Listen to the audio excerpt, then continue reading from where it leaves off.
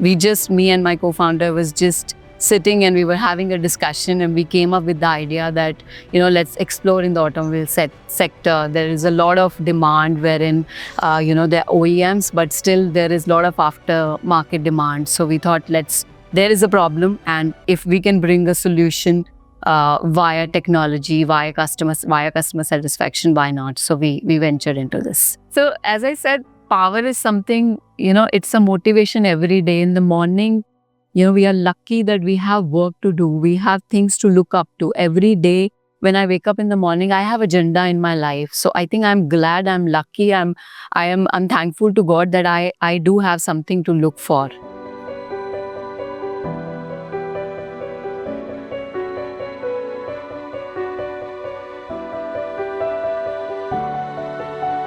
Welcome to the IMA Podcast 2025. I, Mamta Bakliwal, am privileged to welcome Ms. Muskan Kakkar, co-founder and COO of Go Mechanic. The dynamic woman, Muskan, I am really inspired by your unique journey. What really made you venture into the unconventional sector of automobile servicing when you are hailing from the glamorous travel and hospitality industry? Really amazed. Mamta, I'm glad you said that I come from a glamorous industry, but trust me, when you're working on the ground, nothing is glamorous. Yeah, that I don't right. It definitely looks, it definitely look glamorous when it comes to hospitality and travel, but everywhere.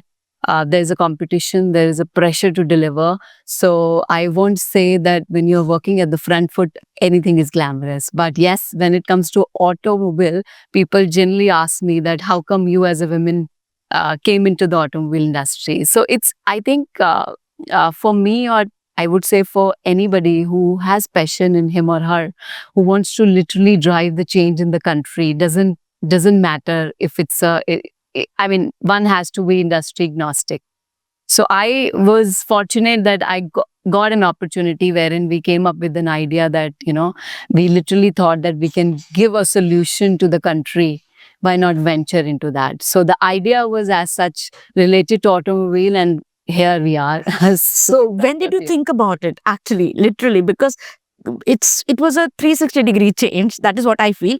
Obviously, the service sector is common. Honestly, I just wanted to venture something. So basically, I was working tirelessly for 14 years, and I was into a job, and I was really loving my career, the way it was shaping up. But I think I was well settled. I had 2 kids. I was married. My family was very much settled. I thought that, before I really get old, I should.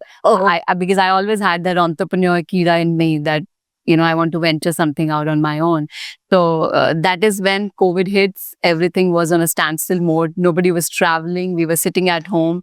Me and my co-founder was just sitting and we were having a discussion, and we came up with the idea that, let's explore in the automobile sector. There is a lot of demand wherein, they're OEMs, but still there is a lot of aftermarket demand. So we thought, there is a problem, and if we can bring a solution via technology, via customer satisfaction, why not? So we ventured into this. Great.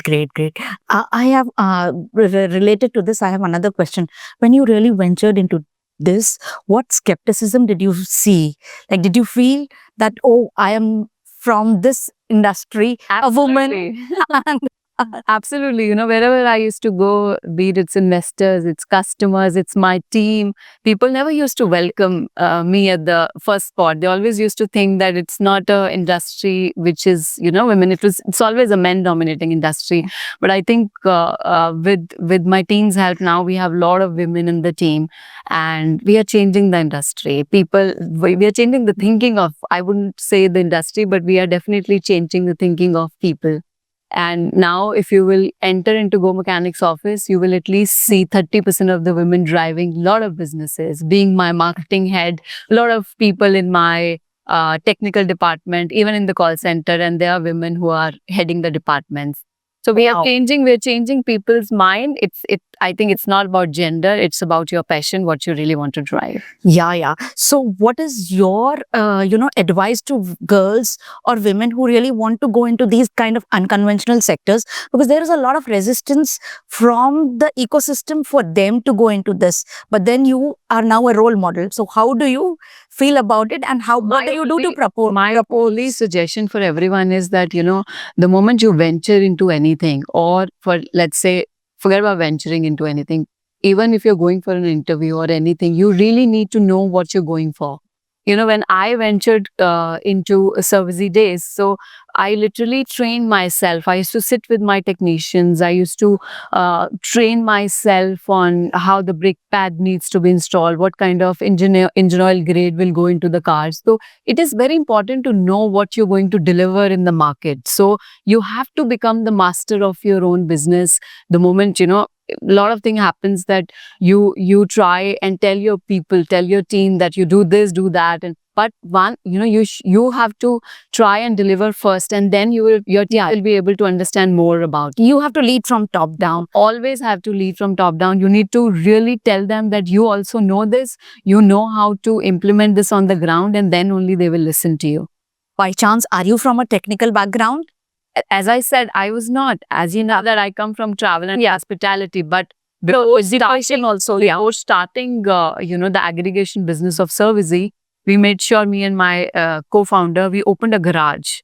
And we used to sit in the garage, used to train ourselves from our technicians, from our workshop partners. We used to understand first that, how the entire customer experience, what kind of parts goes into the cars, what kind of engine oil goes into the cars. So we make sure that we learned the process first, and then only we entered into this industry. Great. That great takeaways, because it's really amazing the way you went and sat in a garage and did all these things ground up at the ground level. Yeah. So again, now balancing a high growth startup and your kids, I guess you have twins. Yeah. How do you manage that? And what is your advice on women who take a back step when they go into maternity? I was also on a maternity leave for almost 5.5 months. Yeah. But I just know that the moment I came back, I've seen my kids raising in front of me. They gave me a lot of strength. It gave me more strength to work more. So I think I won't say that I have compromised on my personal life or I have compromised in my professional life. You need to be a multitasking person. So today you ask me that whether am I ignoring my house? The answer is no. Am I ignoring my work? The answer is no. The moment I'm in my house, I make sure that even if there is a work call at 12 o'clock in the midnight, I had to answer. And the moment I'm in office and I know that, I need to speak to my kids' teachers or anything like that is happening around me, I make sure that I attend that as well. It's all about, you need to prioritize things. But having said that, you cannot be ignoring you being you as a mother and you being you as an entrepreneur who has got hell lot of responsibility on your shoulders. And you have to pay so many people and people look up to you every day. You have to go with that smile, because people know that if Muskan is smiling, everything is okay in the organization. And if she's upset, there's something wrong. So a lot of responsibility on your shoulders. So a lot of balancing act everywhere. And I think we as women, all the women, I would say, we are blessed from God that we are somehow multitaskers. Yeah, I think so. Because the way you are describing everything, so I think you work for more than 18 to 20 hours. No, honestly not. But yes, if need be, I do. Okay. Now, one more question.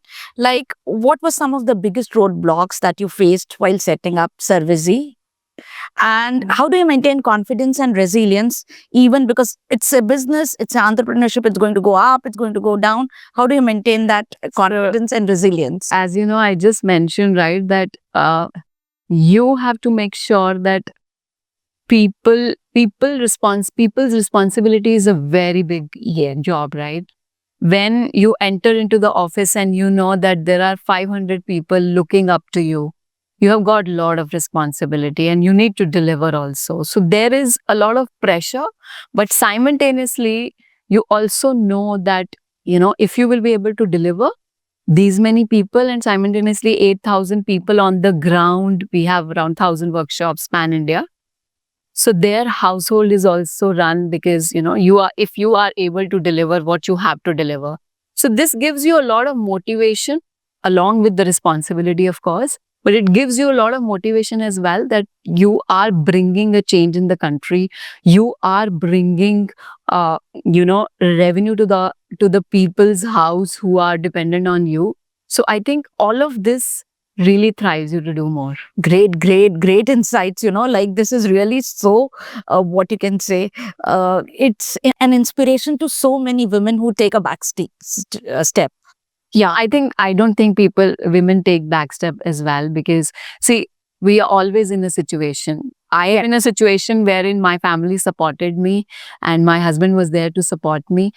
And I think in women's life, I'm not sure if they were supported by their men or not, but taking care of the house is also a very big responsibility. Yeah. And I won't say it's a step back, but it's a step forward that you're taking care of your house also in such a mannerful way. Very rightly said. Yeah, Like a big responsibility to take Yeah. care of the house equally. Yeah. I see. Your motto is nobody gives you power, you just take it. Can you cite some examples of this in your journey? So as I said, power is something, it's a motivation every day. In the morning, we are lucky that we have work to do. We have things to look up to every day. When I wake up in the morning, I have agenda in my life. So I think I'm glad, I'm lucky, I'm thankful to God that I do have something to look for. There are people who do not have jobs and they want to have a job like us. So you have to take power from what you have in life. And I think we are lucky that we have work to do. So that only gives me a lot of power to do more. Yeah. And I guess it makes you feel happy, gratitude. Absolutely. Yeah. Blessed, gratitude, everything. Yeah. So my last question to you before we go into a rapid fire thing, what advice would you offer to aspiring entrepreneurs and what mindset shifts are necessary even for the ecosystem for women to thrive? I think for every woman or man, my only suggestion is that do not take a lot of pressure because when we take a lot of pressure, we make mistakes. Even I have to grow. I need to make sure that my startup is growing and everything, but take it slow. If you really want to have an exponential growth, you should have it, but do not take a lot of pressure because the moment you take pressure, you tend to take wrong decisions. So go with the flow. Yeah, that's a great advice to everyone. Thank you so much for that advice. Now, some very rapid questions. One myth about car repair you would love to bust forever. For car repair, yeah. So, if you do not drive your car, you should not get it serviced for the next 18 months also. People in India, I have seen, My God, people do not, if people think that if, I'm not driving my car much, I cannot even get it serviced within the time frame. I think that's a myth. You should get your car serviced at the right time whenever it is. preventive measures need to be there. One thing women do better in the automotive world, Multitasking. in automotive world than men.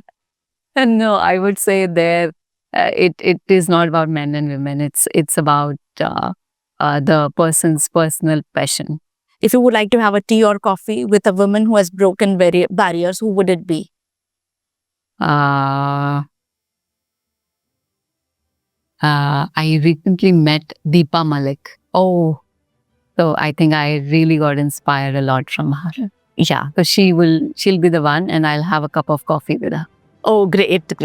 Thank you so much for such inspiring words. Our And women. Mamta, I don't mind a tea with you as well. Oh, thank you so much. And yeah, we look forward to more insights from you, seeing you grow. Thank you for having me. See, India is such a big country. So, not 1,000, but 10,000 garages all across. Thank you. Thank you so much. Yeah.